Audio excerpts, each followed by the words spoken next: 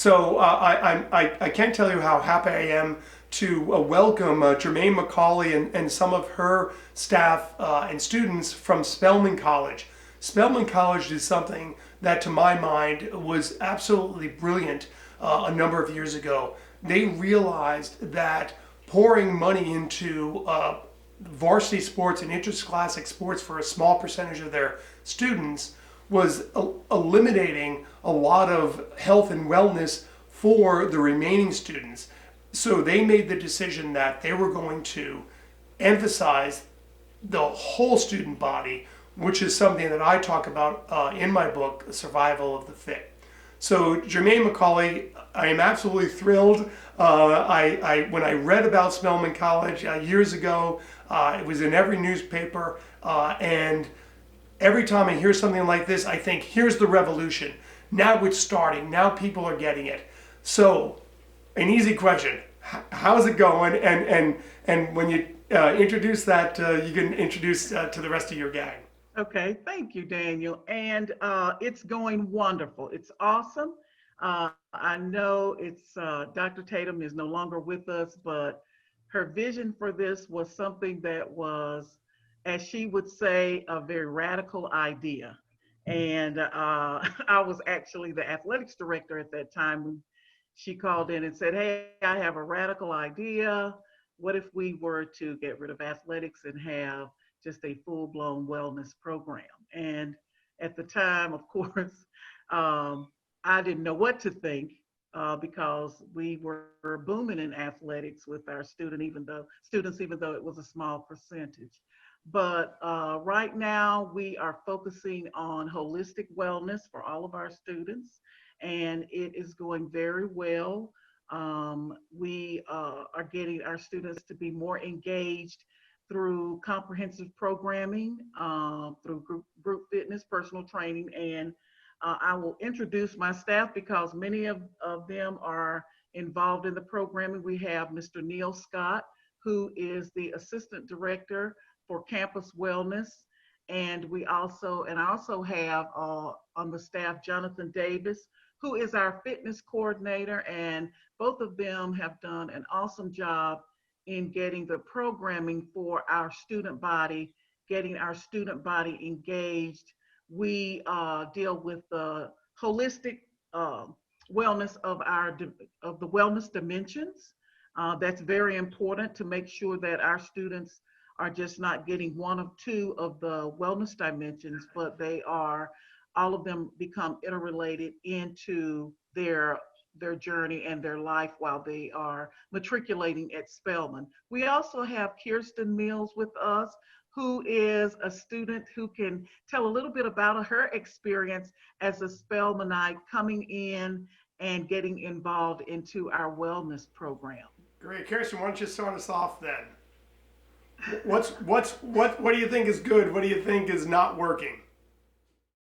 What's not working is me being at home, not being able to go to the gym. So, but Spelman has a solution to that too. They started personal training online, so I'm excited about that.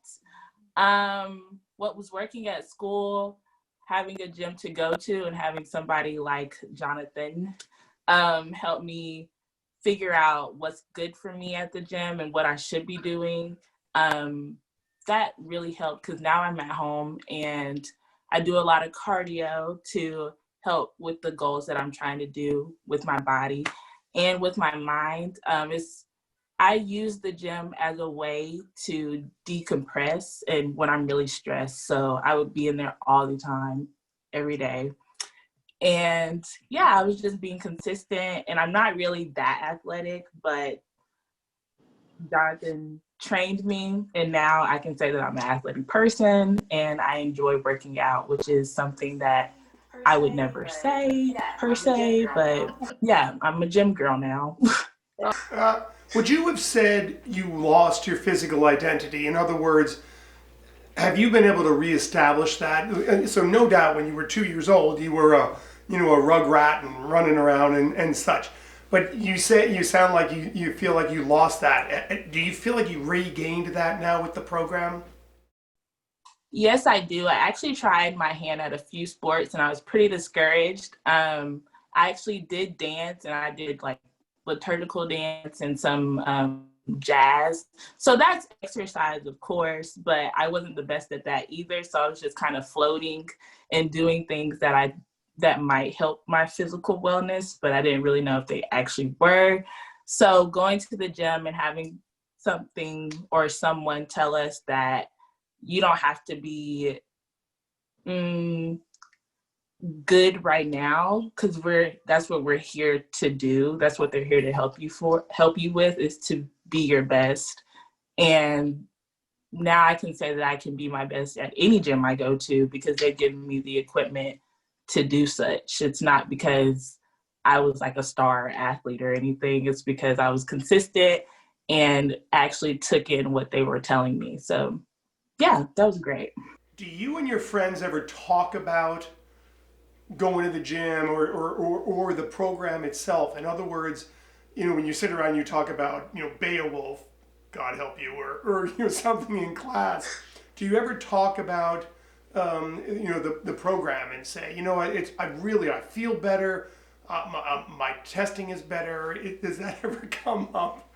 Or is that maybe I'm pushing it a little bit here? No, surprisingly, we always talk about the gym because it's so great. Like, we all had to take a wellness course. So that's kind of our introduction to the gym. And then from there on, we're kind of like, okay, we need to take more wellness courses so we can just stay fit and stay, I guess, occupied and non-stressed. So Jonathan, it sounds like you have a follower, you have a believer here. Yeah, definitely. Kiersten was on it also every time we trained, definitely. Are you guys measuring any specific health indices in the kids that come into the program in terms of blood pressure or BMI or A1C or anything like that? Yeah, actually, our physical assessment, the intrinsic measurements consist of blood pressure. It'll calculate BMI, of course. We do a skin fold, body fat calibration measurements, as well as we have a software that allows us to do actually a flexibility test that records the flexibility measurement as well. So those are all of our intrinsic measurements. So yes, every student. Every student at Spelman is involved with this on some level. Well, I would say not every student as far as the student population, but every student has to take a wellness course. But as far as the programming with personal training, that's free for them to choose to do and come as they will. And any idea what percentage do? That I do not know. Neal, any idea? I mean, based on our programming, we do tend to monitor or manage that based on, what students seem to have more interest in, what they gravitate towards. So we try to push that sort of programming, and that helps boost the numbers up too. But in terms of numbers, it fluctuates. Yeah. Are you guys busy? Oh yeah, definitely. So that's exciting. Has your program and I'd be interested in everybody on this. Do you feel like there's been a contagion on campus, and the place where we need that contagion perhaps the most is in the cafeteria, but has there been a contagion in the in the rest of the staff and the rest of the campus community in terms of, we're a wellness, we're a healthy place? Do you feel like that's been reflected around the society? I personally absolutely think so. Just from my time being with Spelman and just the little bit of changes that we've made with the program. We kind of made one major change that we made was when we switched from doing personal training, one-on-one personal training, and we kind of opened it all up and made it all small group training. So it was all anywhere from 4 to 8 people in a group. And I think that really is, when you talk about a contagion, that is absolutely where we saw the most growth. We saw numbers shoot up, in hundreds %, increases from the year prior to just doing one-on-one training, because it became more of a community involved thing. It became people holding each other accountable to come to their session instead of me chasing everybody around or, anything like that. So that absolutely, in my opinion, was definitely the contagion, I think. So I want to speak on the fact that when the Wellness Center was opened and we started the programming, it had to be some buy-in because students were not actually coming to the facility initially. As we created and improved the different programming, which, is group fitness, personal training, and we did have intramurals in 2016, but in 2018, it was phased out. Our students began to start coming over. We have a wellness curriculum, which is the part of our program where students are required to take 2 wellness classes for non-credit, but it goes towards their graduation. And a lot of those students do utilize the building, not because of forced teaching, but after their classes, they began to understand how important it is to have a healthy lifestyle while they are in school, and then they become change agents for their families, for their friends, and understand that how important that is while they are in, seeking their careers. So I can say from 2014, when the building opened up until now, there has been a great improvement in students buying in and having a true understanding of what having a healthy lifestyle really is and how important that is for them in their life.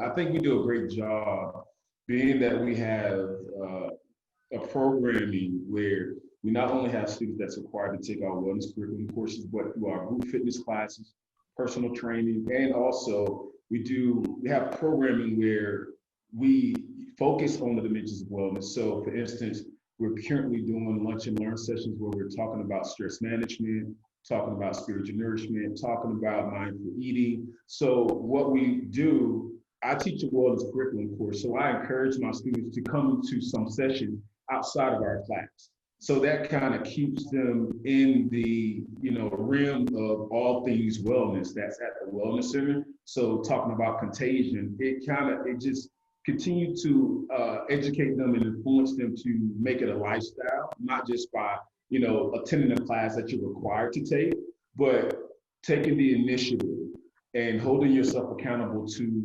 attend some of the things that we have outside of what you're required to take, because at the end of the day, this is something that's going to benefit you in the long run. So we do a great job of making sure our students are introduced to different aspects of what we have in the department. So the last question I want to ask, and especially Kiersten, first of all, the biggest group that we're missing in terms of demographics are women of color. And they're not participating in organized sports, and they're having worse health outcomes. And a big part of the book is obviously getting kids at the kindergarten and first and second grade level. I seem to believe that the traditional gym classes that we offer, in schools should have an effect if they can bump it up. And we have a whole program in my book put together by a gym teacher that really gets the kids going. Is this going to work? Do you think, honestly, that this concept would work and getting kids moving in the gym 5 days a week at young ages, that by the time they get to Spelman, that they're going to be doing it, still doing it? And is there something we need to do specifically for women of color that might be different and that we might be missing? One of my first thoughts is that health and general wellness, like sports, are usually catered towards or advertised towards men. And so I have brothers, so all of my brothers played sports, and I never participated in any of it or felt like it was for me. So maybe something that like Spelman's Gym that's catered to women, to educating us about our wellness, our bodies, about being spiritually and consciously aware about what's going on and actively doing something to improve upon it, is very necessary. Because even now, me signing up for a gym membership, it's going to be different from Spelman because we're all girls school. I don't have to worry about weirdos at the gym because it's an all girls school. I'm comfortable with my sisters. I'm comfortable with the staff. So that space, Spelman space, is just so different from the rest of the world and from what I would say high school or even elementary school, because I remember I wouldn't be, I'm a competitive girl, but when I saw that other people were way more into things like soccer and all these other sports that I didn't really see myself in, I was more discouraged, and I kind of drew back from the wellness end of things. I used to groan about running the mile and doing all those healthy activities for an hour of my day while in school.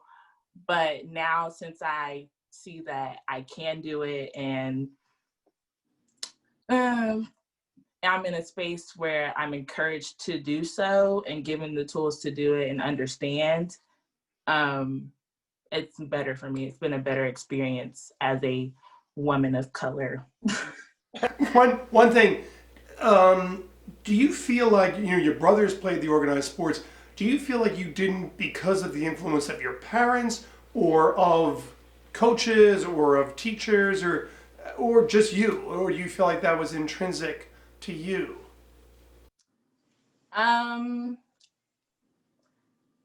It wasn't my parents and it wasn't my brothers. I had my go at track. I think it was the competitive piece. Like, people are really in it to win it at those sports. And I'm just here like, enjoying myself, enjoying the time. So I think, I'm competitive, but not to the point where I'm just gonna just all in focus on that. I consider myself a well-rounded girl.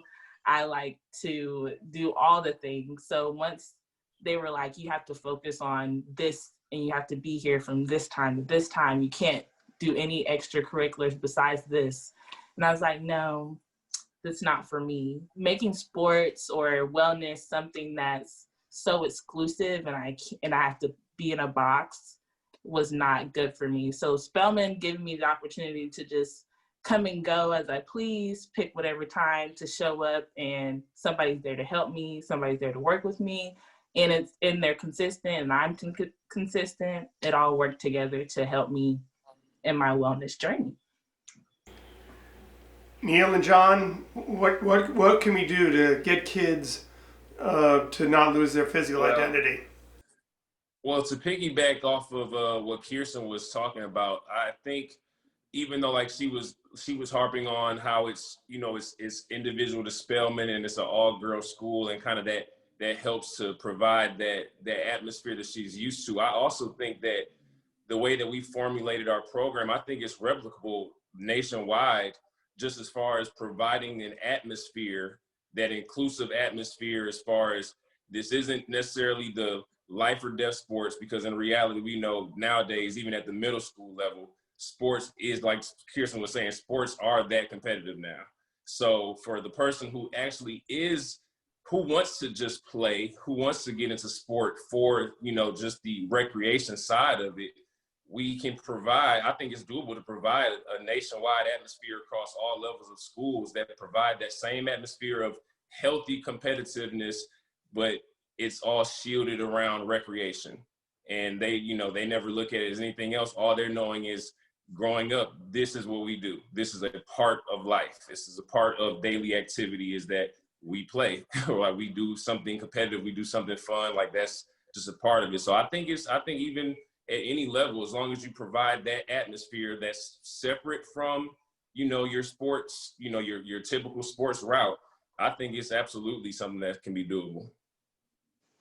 And to piggyback off of Jonathan, and to answer your question that you asked earlier about, 5-day a week program centered towards, younger children. I think it's absolutely necessary. I think it will be beneficial as well because in reading part of your book, you touched on some key points when you talked about physical identity, education, and things that if we focus on at our younger as an adolescent, those things will allow us to mature as an adult if it were to take place prior to our 18th birthday and we are already active and focused holistically on things that's going to help us to continue to develop not only just physically but spiritually, because as it mentioned, those are innate qualities. I believe a lot of things that, and it was a great point that I read when you talk about when we're born and we're active, we're little babies, we're already moving. It's in us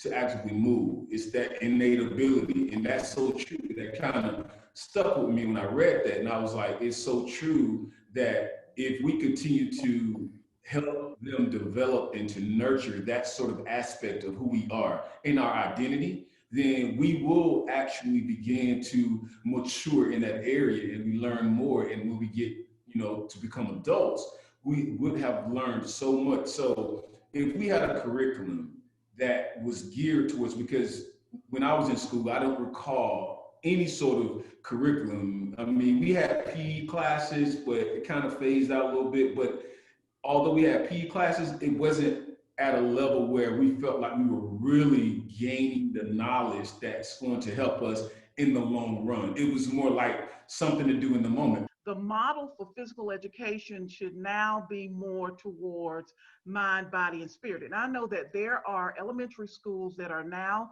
changing their curriculum where students are now understanding how important yoga is and just not that basic run out recess. The term recess in physical education does not does not get with me. I don't get it. But I just think that if we are going to look at our young people maintain physical identity, we have to work with our students to be more in a wellness uh, component as opposed to just completely run. And so my whole thought process for a a full physical education curriculum has changed.